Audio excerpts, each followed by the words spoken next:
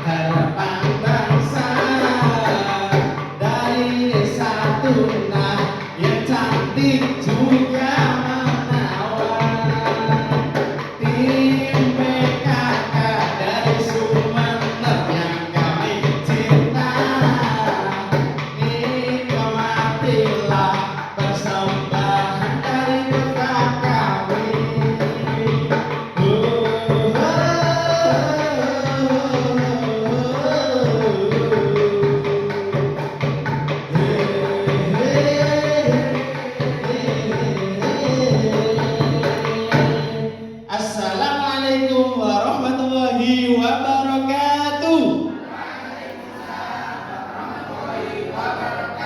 Semangat pagi. Karakterlah Desa Tuna. Sang gemas.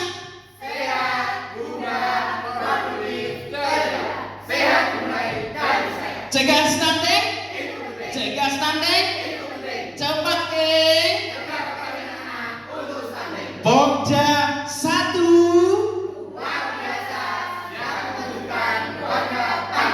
Desa Tuna. PKK Kecamatan Semade. PKK Kabupaten Tuban. Mari kita juga stunting melalui ABCDE. B. Bumi teratur periksa kehamilan minimal 6 kali. C. Cukupi konsumsi protein hewan. D.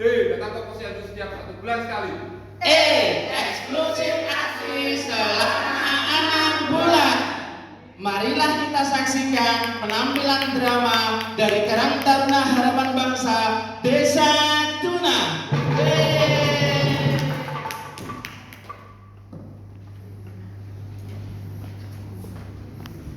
Pak, ini gimana ya Pak? Bentar-bentar ini banyak. Saya itu sebenarnya sudah bingung Pak. Aduh, gimana nanti tuh Bu? Bapak ini ya sudah bekerja, berangkat pagi, pulang malam, tapi kok ya masih begini-begini saja. Lah iya Pak. Oh iya Pak, tadi pagi itu kan ibu belanja. Terus ibu-ibu itu loh Pak pada ngomongin anaknya Jonathan itu katanya sudah mau dinikahkan toh Pak. Loh, dan masa anak kita mau dinikahkan Bu? Anak kita ini kan masih kecil, umurnya juga baru 15 tahun, masih sekolah. Assalamualaikum. Juragan. Waktunya bayar utang, Pak. Udah, nggak usah basa-basi. Bukan itu kita nggak mau bayar Pak, tapi memang kita ini belum ada uang. Alasan aja. Udah gini aja, kalau misal sampean nggak mau bayar utang, anaknya sampean tak nikahkan sama anakku. Gimana? Loh, juragan, ngapunten, anak kita itu masih kecil, umurnya baru 15 tahun, masih sekolah juragan. Ada apa nih juragan? Kok rame-rame? Malu itu loh dunia sama tetangga. Ini loh Pak, nggak bisa bayar utang. Stop. Tolong Bu jelasin Bu ada apa kok Bu? Gini loh Pak, memang keluarga saya ini kan ada hutang sama Pak Juragan. Iya. Makanya kita ini nggak mau bayar hutang, tapi memang kita itu belum seandainya sudah kayak ini, anak saya kok mau dinikahkan sama anaknya, anak saya aja baru 15 tahun.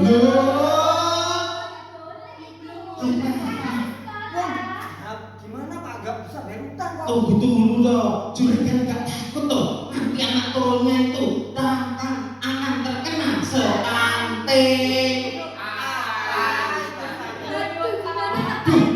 Gimana itu Bini? Warganya nggak tahu stunting. Stunting itu Pak, tumbuh kembang bayi itu tidak dapat optimal dikarenakan kurangnya gizi. Nah, ini kira-kira udah pada tahu apa belum cara mencegah stunting? Bab ini. Ya udah kalau gitu kita punya permainan Bu ya. Namanya simulasi pencegahan stunting melalui cepat. Apalagi masa cepat gak tahu? Cepat tuh cegah perkawinan anak. Gimana kalau kita bermain sama-sama sekarang? Siap ya? Ayo, ready? Ayo kawan kita bermain simulasi permainan cegah stunting melalui cepat. Sebelum kita bermain, yang pertama kita butuhkan yaitu fasilitator. Tugasnya nanti mengatur jalannya permainan ini. Siapa kira-kira yang mau jadi fasilitator? Siapa? Birna. Ya udah, setuju ya? Birna, ini Bu Erna. Saya jadikan fasilitator. Monggo Bu Erna, silakan dilanjut. Terima kasih. Sebelum bermain, saya itu membutuhkan 3 pemain. Siapa yang mau jadi? Gini aja. Saya nomor 1, Mas Is nomor 2, dan Mas Ainul nomor 3. Oke, nih, saya jadi apa dulu? Yang 1 mana? 2. Nih, 3. Nah, ini ada lagi yang menjelaskan tentang permainan ini. Jadi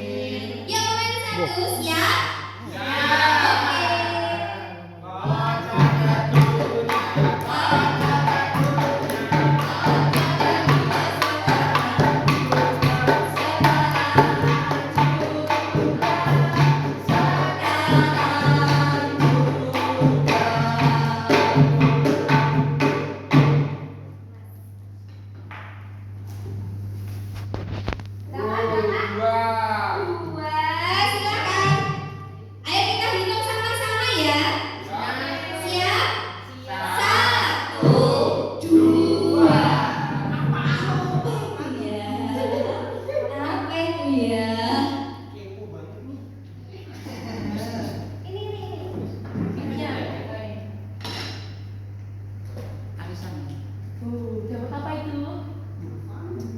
Apaan? Surat cintanya saja. Pertanyaannya, Rani adalah seorang anak perempuan berusia 15 tahun. Namun saat ini ia sudah menikah dengan Reno, anak dari Pak Darmo. Pak Darmo merupakan juragan kaya di desanya. Orang tua Rani terlilit hutang dengan Pak Darmo dan tidak mampu membayar hutang tersebut. Untuk melunasi hutang orang tuanya tersebut, ia dipaksa menikah dengan Reno, sehingga saat ini ia mengandung 7 bulan. Benarkah pernikahan dini tersebut berdampak stunting pada anak yang akan dilahirkan Rani? Gimana pendapatnya pemain satu? Kalau menurut saya ini nggak apa-apa. Oh. Karena apa? Soalnya kan ini untuk membayar hutangnya. Oh, ini. Bapaknya Rani. Iya, gantian satu-satu. Ayo main dulu. Oke Bu, terima kasih Bu. Saya ini kurang setuju dengan jawaban dari Mas Iya, Yudi tadi Bu. kenapa? Dan anak itu kan anaknya Bu Rani kan masih kecil 15 tahun. Betul. Dia itu masih berhak mendapatkan pendidikan Bu untuk menunjang masa depan Bu. Oh. Jadi dia nggak boleh jadi korban orang tuanya Bu. Bentar, gantian ya, satu-satu. Ayo pemain ketiga.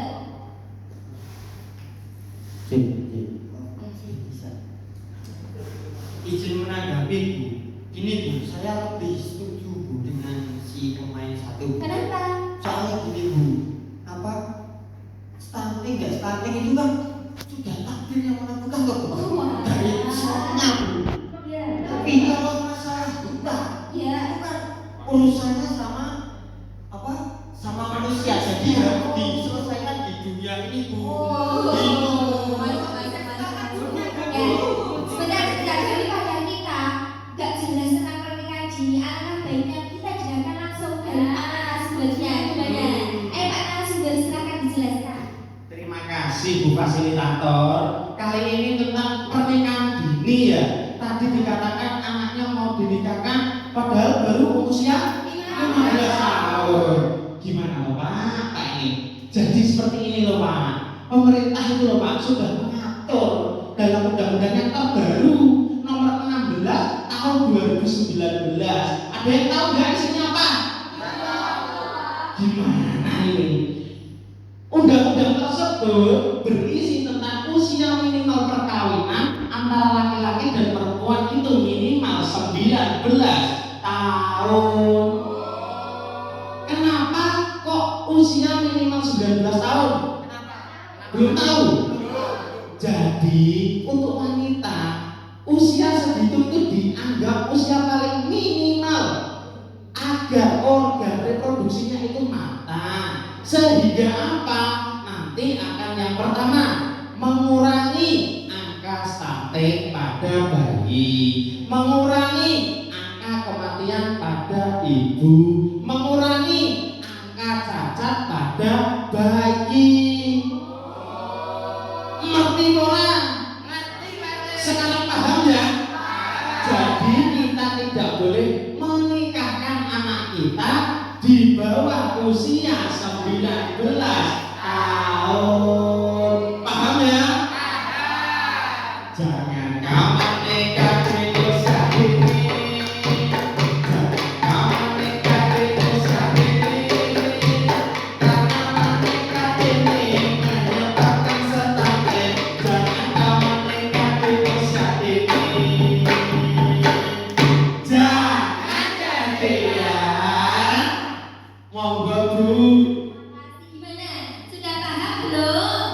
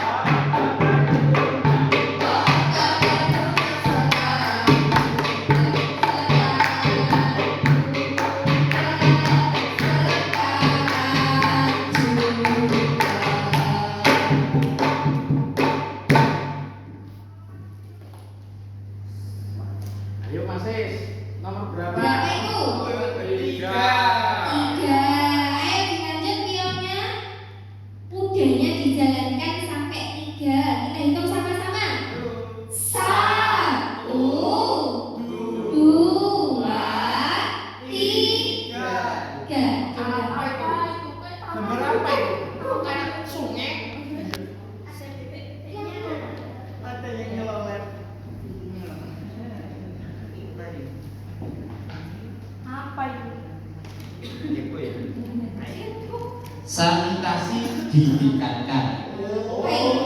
Ibu Dora beserta keluarga tinggal di sebuah kampung yang berada di pelosok alias tertinggal.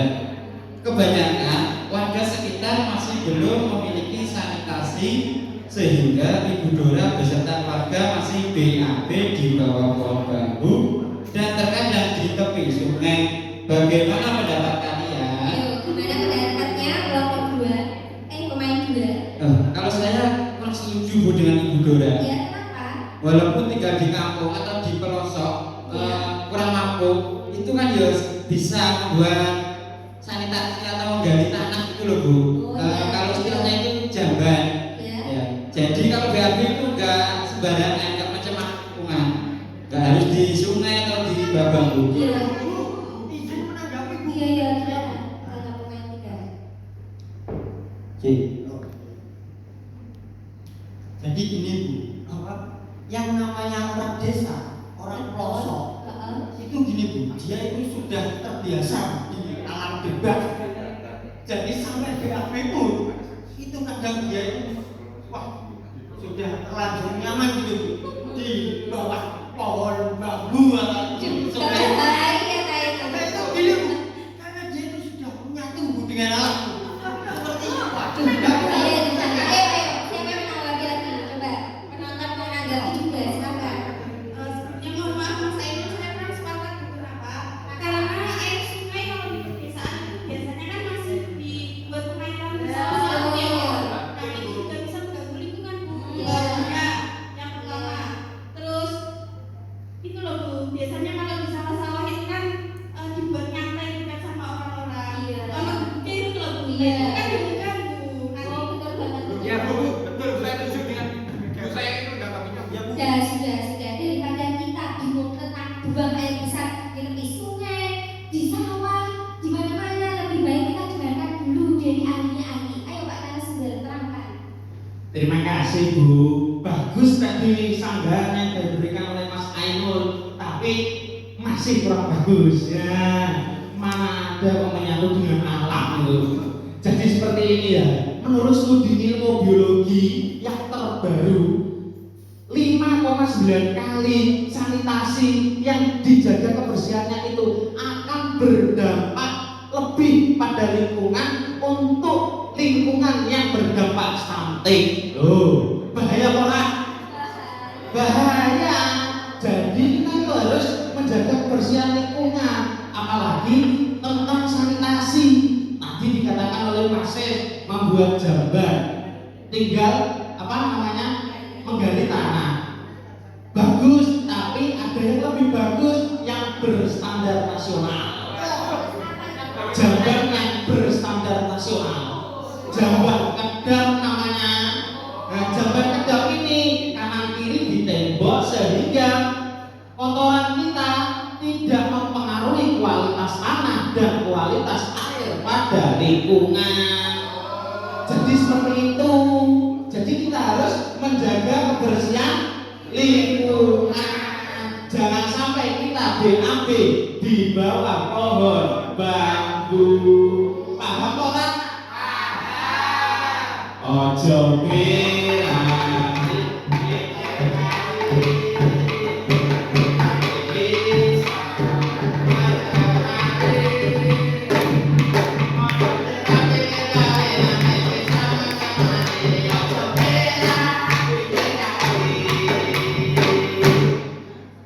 Berarti kita nggak boleh berak di sembarang tempat. Sudah paham?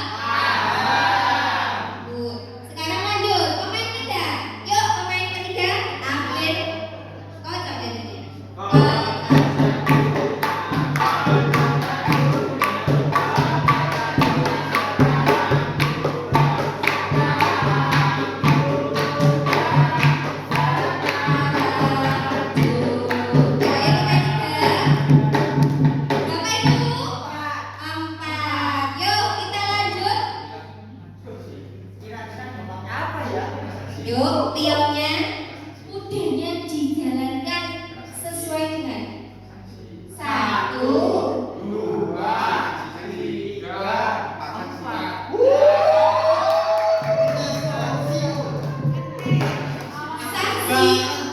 Silahkan. Oh iya, diambil lah ya. Ini saksinya diambil. Ini pilih yang sekarang ini. Terserah. Yang ini ya. Sekarang. Menyanyikan lagu nasional. Apa itu? Judulnya, ayo, apa ini? Dari Dia Pancasila. Tapi sebelumnya ini aku minta bantuan ya teman-teman ya. Oke. Kita sama-sama yuk. Boleh lah. Yuk ya. Yuk ya. Boleh lah. Oke. 1, 2, 3.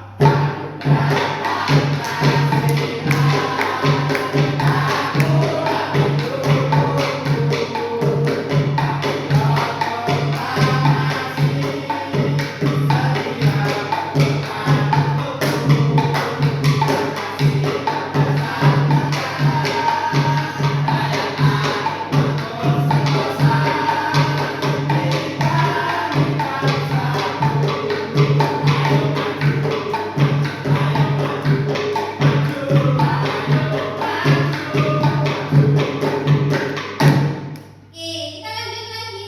Oke, Sudah 30 menit nih lebih. belum. Kok sudah? Lagi Bu, lagi.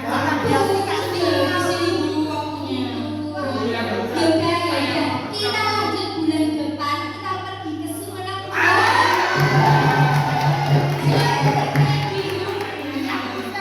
Sebelum permainan ini selesai alhamdulillah, kita jadikan kesimpulan dari permainan kita ini apa saja loh? Silakan. Siap. Ya oke. Saya bacakan hasil kesimpulannya ini ya. Yang pertama tadi terkait menikah usia 15 tahun. Kan tidak dibolehkan. Jadi batas minimal usia diperbolehkan menikah yaitu usia 19 tahun. Karena hormonnya belum siap. Paham? Yang kedua, kait sanitasi lingkungan. Nah, tadi kalau mau BAB itu harus pada tempatnya. Kalau membuat jamban itu harus kedap air biar tidak mencemari lingkungan. Paham semuanya? Paham. Sudah Bu, itu buat kesimpulannya. Paham semuanya. Tuh kan juragan, berarti anak saya kan masih 15 tahun, belum boleh dinikahkan sama anaknya juragan. Loh, lah terus gimana Bu untuk entarnya sama ini? Gini aja lo juragan, tenang. Kirim aja nomor rekeningnya ke Pak RT. Jadi deal ya, lunas ya, lunas ya, lunas ya, lunas salam dulu. Berarti jangan sampai kita menikahkan anak kita di usia dini. Paham ya? Sayonara, sayonara, sampai berjumpa sayonara, sayonara, sampai berjumpa buat apa sesat, buat apa sesat, tak ada gunanya. Buat apa susah, buat apa susah, susah itu tak ada gunanya. Karang Taruna Harapan Bangsa. Wassalamualaikum warahmatullahi wabarakatuh.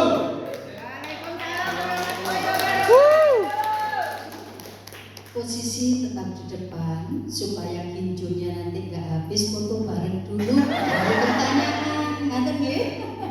Bu Tati mana ini Bu Tati? Ayo Bu Tati, monggo foto bareng dulu.